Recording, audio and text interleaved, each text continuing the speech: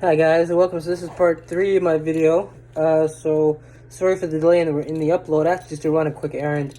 So basically, what I want to talk about is just continuing on with what he was doing. He had a driving phobia, and he slowly, graded his exposures and basically did it.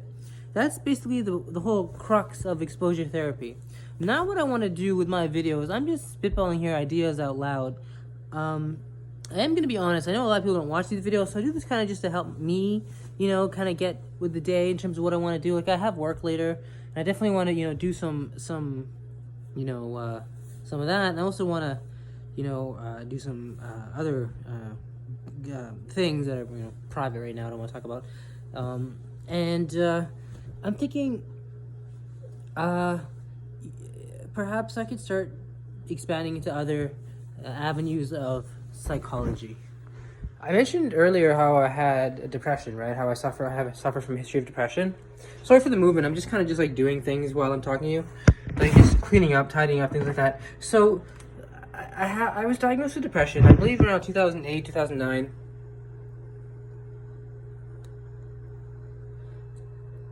And what I did is I began to keep a journal of like things that were happening in my life at this time. It kind of became like this dream journal slash like kind of like just a way for me to write down my thoughts. And like I was kind of just I picked it up on a whim and I just started writing in it, and it just kind of worked, right? So what I'm gonna start doing now is most likely either end of this video, beginning of next video, I'm gonna start reading from this journal that I've written.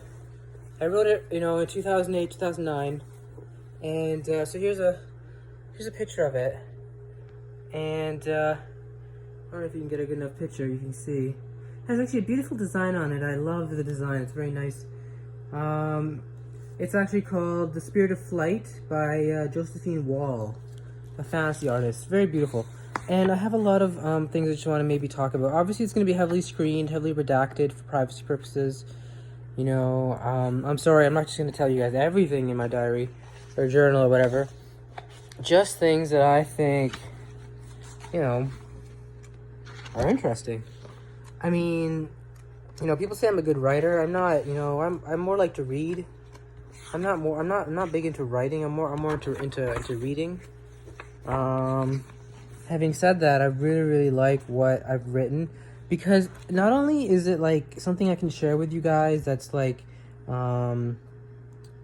gives you insight into who I am, and broadly gives you more background to my personal history in relation to my depression, because I know when people get depressed, they have very bad memories. They tend to forget their depressed episodes. They tend to forget that they were depressed or what exactly was happening when they were depressed. I mentioned this last video. It's because when you have symptoms of depression, like for example lowered appetite, decreasing interest and pleasure, low sex drive, trouble sleeping, restlessness, headaches, fatigue, body aches everywhere, and trouble waking up, what happens is you end up blending like 2 days into one, because let's say for example you wake up at around 4 or 5 p.m.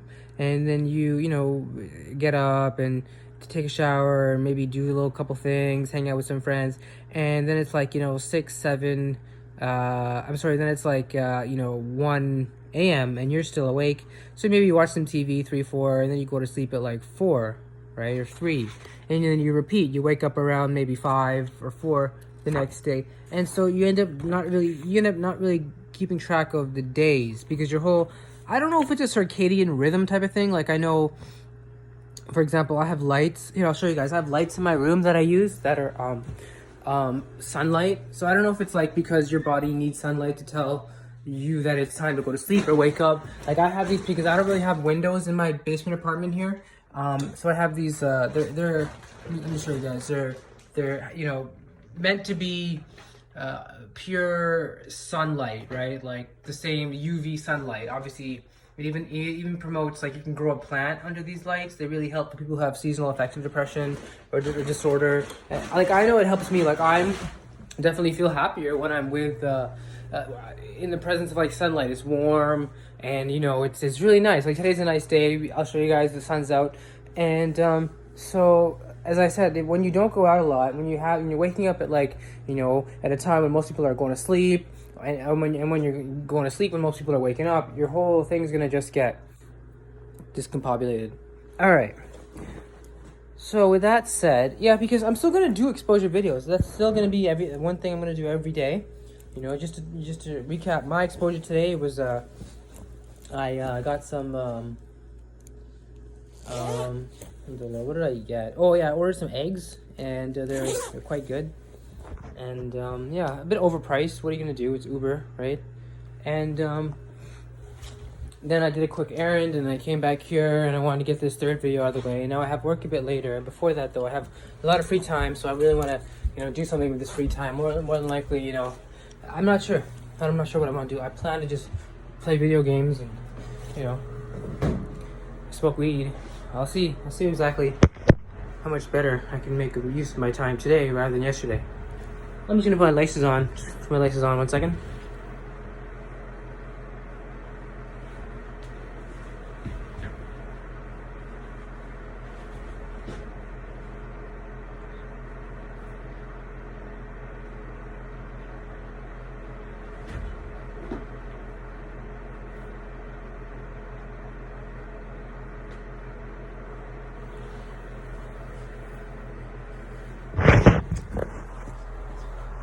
Alright, I'll try to show you guys a nice shot of the sun today.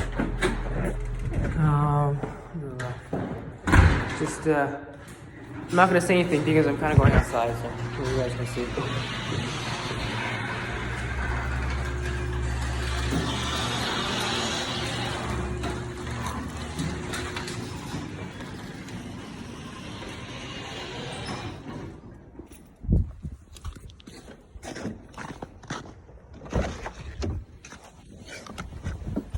I hope you guys enjoyed that.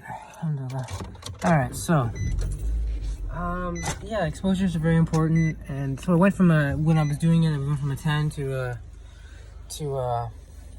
10, remained unchanged. And so that's basically what I wanted to share with you on the exposure end of this video. So as I mentioned, it's really hard with depression to kind of like remember things. People try to ask me like when were you depressed, like what years. I have to actually, sorry guys, and I actually have to take cues from like my someone very close to me.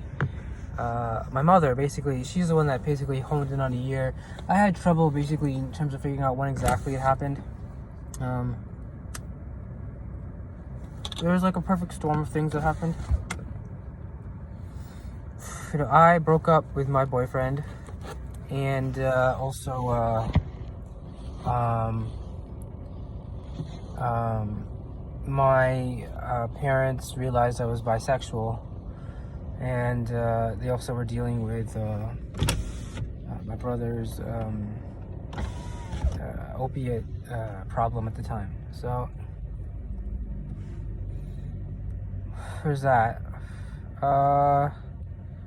And it kind of all just blurred. I remember I just ended up, and I just remember like little bits of things. Like I made plans to go to Wonderland. I actually bought tickets for me and my ex-boyfriend, and then we were planning to go, and then I actually broke up with him, and then I still had these spare tickets, so I basically gave them to my friends, and they basically decided to come with me, and we decided to go on the same day that I had the tickets.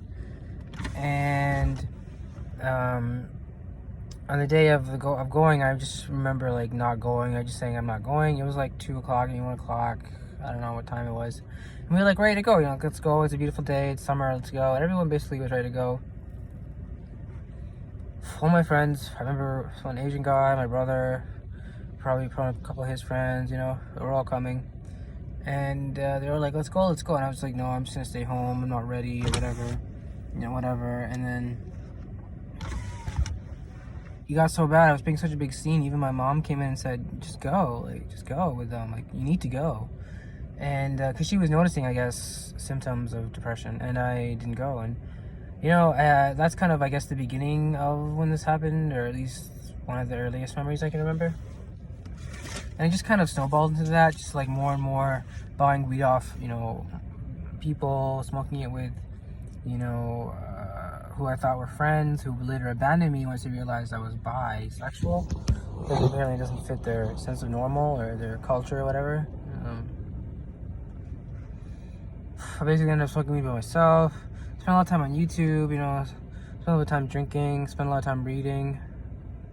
I still going to school for a bit, and then just kind of, ended up unfortunately dropping out. And that's basically, ended up with me basically a really troubled story. Ended up, in terms of work, I wasn't really working, and I had to ask for help from basically the government. And now recently, I'm working now, and I'm trying to work as steadily as I can. So trying to stay positive. I don't know what else to say at that point. I don't, depression definitely leads you into a black hole. Even just talking about it, it's just, All right, so let's look at some stuff here in my journal I've written. As I said, this journal took place, the earliest date, if I could see, the earliest date for this journal is June 1st, 2009. It is December 6th, 2019. So we're talking approximately 10 years ago, okay?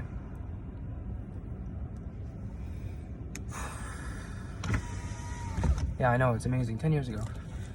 So let's just look at some. I'm just gonna pick some one at the random just for you guys to get a feel. I'm not really gonna screen this. I will try my best. Oh, this is a good one here. So this one's dated July 10th, 2009. In the name of God. Dear Journal. So I'm in day two of my quitting smoking idea, and it sucks. After 10 minutes, the nicotine gum tastes like ass, making my throat feel scratchy. I don't know what I am. I don't know who I am anymore. I'm having an identity crisis. The meditation I'm taking for my acid reflux, brought on by stress, the doctor says, is giving my insomnia and my I think it means like making worse my insomnia, and my bones hurt. I feel like shit, depressed, out of control as to who I am and where I'm heading.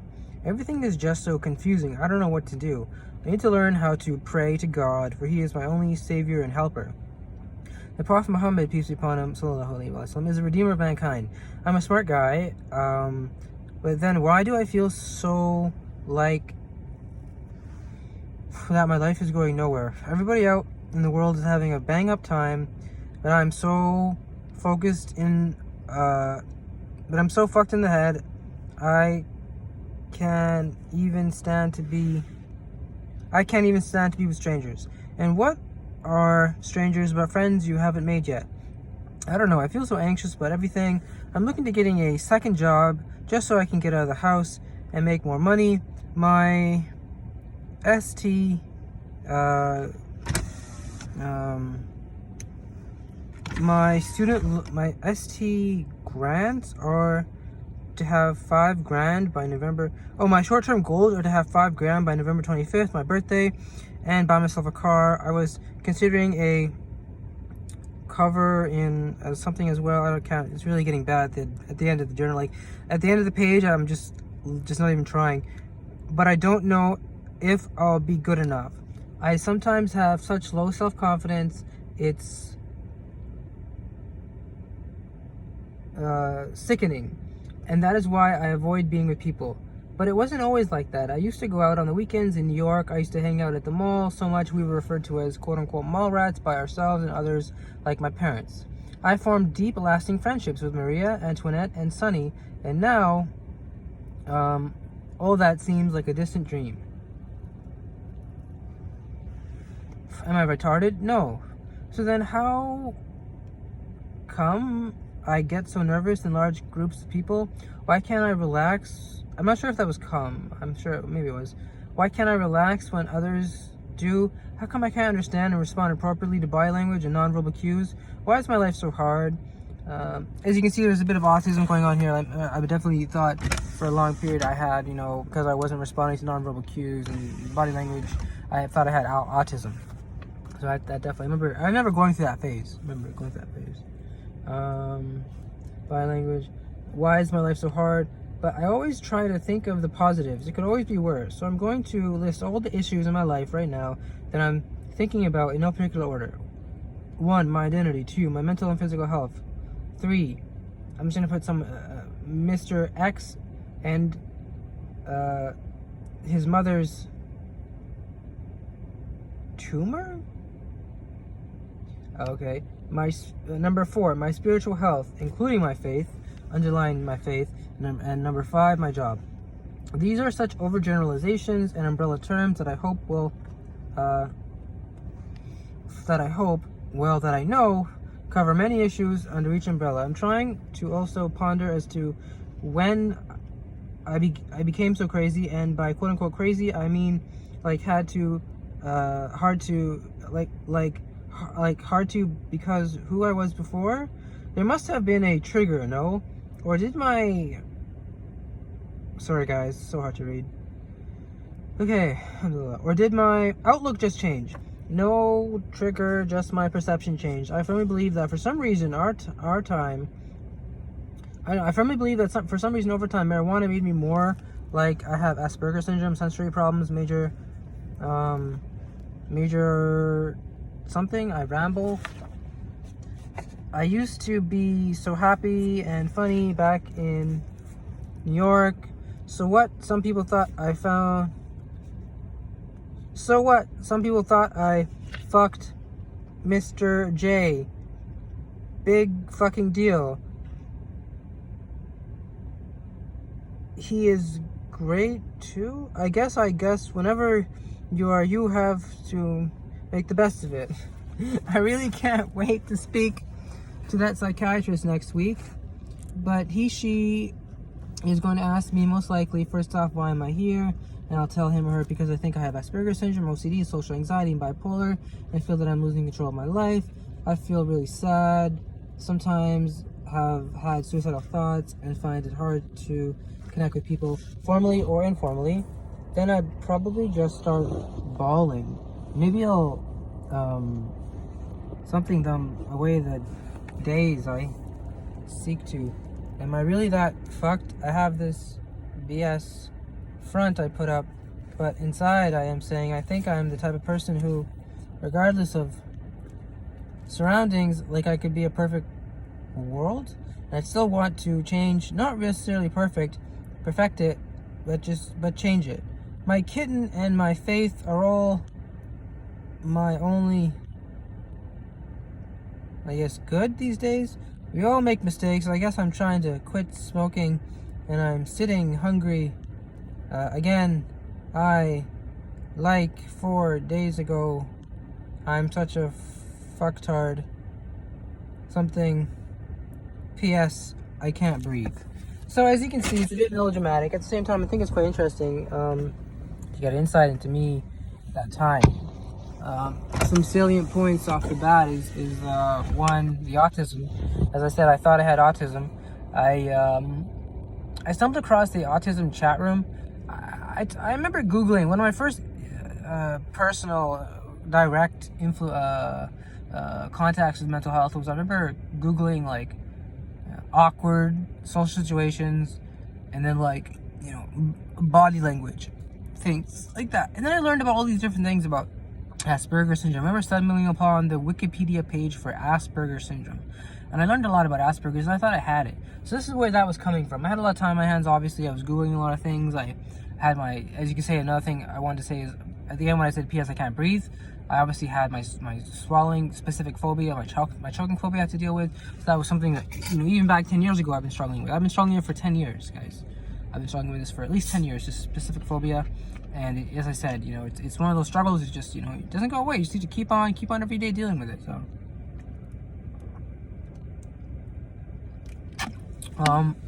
I mentioned some people's names. I'm not sure. I'm pretty sure they're not gonna mind. They don't even live in the country that I'm broadcasting from. They're old friends of mine from high school. Sonny was, I think my first friend I made in New York. And I still keep in touch with him. And he lives in Florida now. And he actually was one of the students at Douglas Stoneman High School.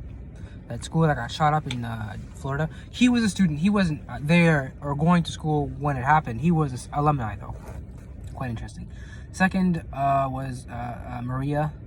I met her also in New York, and we were very good friends. We had a good clique of friends we always hung out with. My brother, Maria, my brother's friends, you know, other people. I'm remembering now coming to me.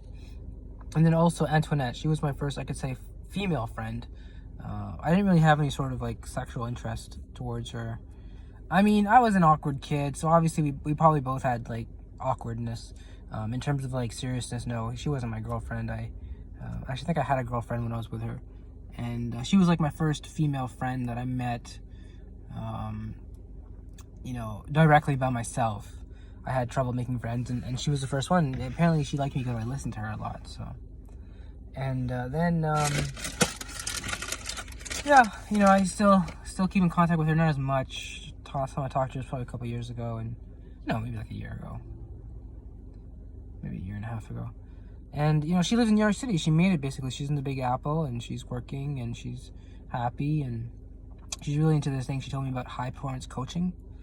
I've tried to get books on it. I'm not. I mean, it seems like a scam. My brother says it's a scam. Like when I talk to him about it, I mean, because they make you buy books and stuff. I don't know. I mean, I've heard good things from like motivational things, like self-motivational speakers, Jim Rohn, you know, Earl Nightingale, Al Schoff, Les Brown, people who believe in motivation, Tony Robbins, I think. And so there's an Asian guy too, you know, Elon Musk, people like that.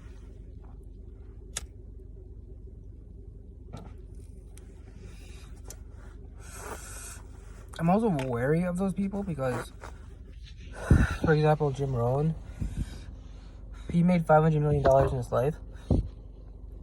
The company he made, or I believe one of the companies he was associated with, was found guilty of being a pyramid scheme. Right? And because of that, he was forced to actually pay money to people.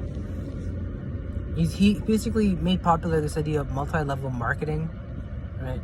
Like he would sell vitamins and how to sell vitamins to customers, who would then sell vitamins and how to sell vitamins to other customers, right? So it's like a pyramid. At the bottom, there's bigger people. At the top, there's less people that get rich. It's a legal business model. At the same time, what he has to say about motivational speaking and discipline, especially discipline and like really hard work, is really, really wise. I mean, I really wish I stumbled upon him earlier when I was going through, you know, the stuff I was going through here. I think it would have helped me immensely.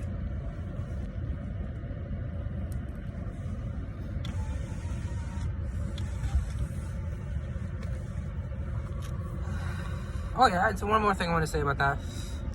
I was going to see a therapist, I think next week or next day, whatever, right?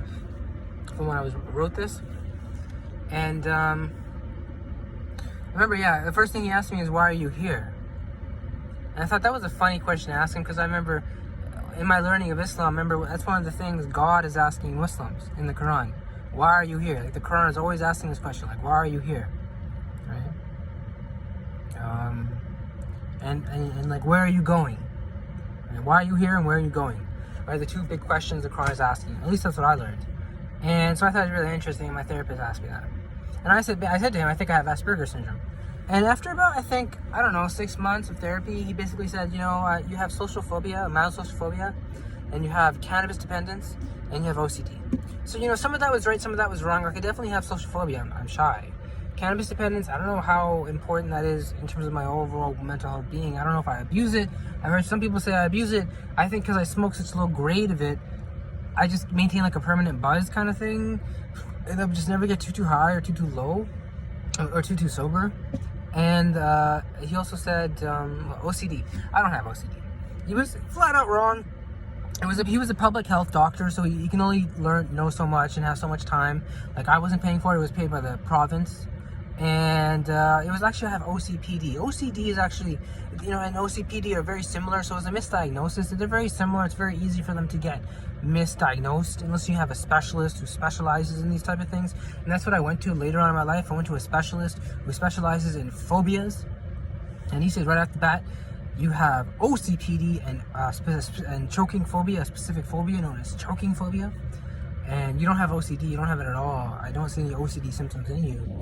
So, yeah, that's the end of that one. I actually find this enjoyable. It's quite, because I haven't read this in a long time. So, let's continue. Maybe one more I find that's very interesting. Let's see. Ooh, what's all this about? Okay. Ooh, a dream journal. Yeah, so I have some here. It's a dream journal. All right, let's learn about something. My dreams. This isn't dated, people. This isn't dated. I mean, I can tell you it's around 2000. Oh no, it's dated recent. I mean, it says 10/19/09, so that's October 19th, 2009. Around that time. Let's say October 20th, 21st, or 18th. All right. October 18th to the 22nd, 2009. Dream journal. In the name of Allah subhanahu wa ta'ala. It is like Left 4 Dead. Zombies take over the world, but there are still some places where humans hide out, and they are just like regular citizens. The twist is that the zombies eventually learn and evolve to become too intelligent, as intelligent and or more intelligent than regular people. Movie idea? Question mark? Parallel? Something. Quote unquote survivors? Actions? Like animalistic I can't read my writing. Zombies? Intelligent quote unquote zombies, killing them. Next step in evolution. That is truly fighting? Story idea. And then what? Whoa. Wait, what? Had sex with a rich descendant of Jesus, peace be upon him, was a girl. So I guess there was two dreams there. That's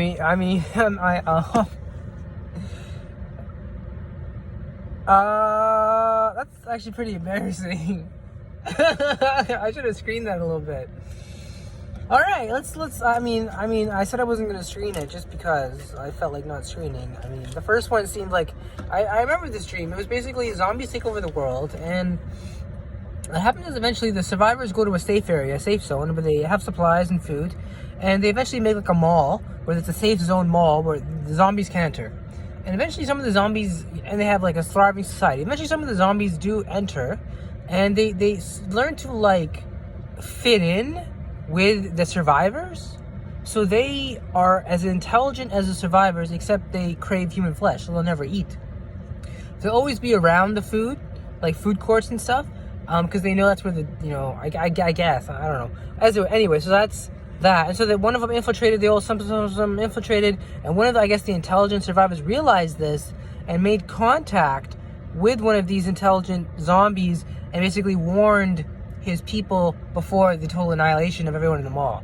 And that's basically the story, the dream of it happening. That was happening at this time. I thought it was a great idea. I don't know if it's a movie idea. It's a great story idea. I don't know if it's a movie idea. I can definitely make it into a story. I mean, you have some good characters. You have the intelligent zombie, intelligent survivor, the whole evolution thing, the whole zombie, post-apocalyptic world type deal, feel, action. And I can definitely see that becoming a story into a movie. I don't know. I must have been smoking some good crack because I wrote movie idea, question mark. I don't know if that's a good movie idea. I do remember distinctly thinking, oh, it's a great idea. You can make it into a movie. I don't know. Maybe. It's an attempt. You can attempt making a screenplay. Or you should never just throw it out fully. So that was, I remember that. Now, let's just get the most awkward part out of this, out of the way as soon as possible. Yes, apparently in a dream I had sex with one of Jesus' descendants and I was a girl. I don't know what else to remember. I don't remember this dream much. I mean, obviously it was a sex dream, okay? Let's not be awkward. Everyone has sex dreams. I mean, I think most people have sex dreams. I mean, I think it's correlated to how much you masturbate or whatever. I don't know. And so I guess, yeah, I'll just leave it at that. I don't really remember much about it. I can't tell you anything about it. I don't remember Jesus being in there. I don't remember his descendant being in there. I don't remember me being a girl. being in there. Apparently that's what happened though. Yeah. With one of Jesus's descendants. Okay, I think that's a good place to end it here. You know, I mean, what better place to end it than, yeah, but with Jesus's descendants. And I use the word but, even though you know don't use that word a lot. I don't use that word. Because it signifies wishy-washiness. Like, you know, blah, blah, blah, but. And then it's like, what do you mean but? You just had an idea. Keep going with the idea. Yeah, but, no, don't but. What are you doing this two simultaneous ideas? Focus on the one idea, explore it fully, and then go to the second idea. Don't use but. I actively try not to use but in my daily life. It's a stupid word. I don't like it. It's dumb. Another word I don't like, another thought, not a word. See, there's the word I don't like saying is but. A thought I don't like thinking is maybe. Anytime I think maybe, I slap myself. Because it's the road to bad. It's the road to negative thinking. It's the road to, oh, I'm a victim. Maybe this is why I feel this way. Maybe I can blame these people. Da da da. And the next thing you know, you're not doing anything. Maybe leads to negativity. So don't say but and don't think maybe. Those are two things I'll leave you with. So I hope you guys enjoy these videos. Just a recap. I went from a 10, stayed to a 10. I had some eggs. Read from my journal, explained some stuff about the videos. Oh, one more thing. What I'm going to read from tomorrow is not my journal. I'm going to read from a book I have. It's actually an ebook.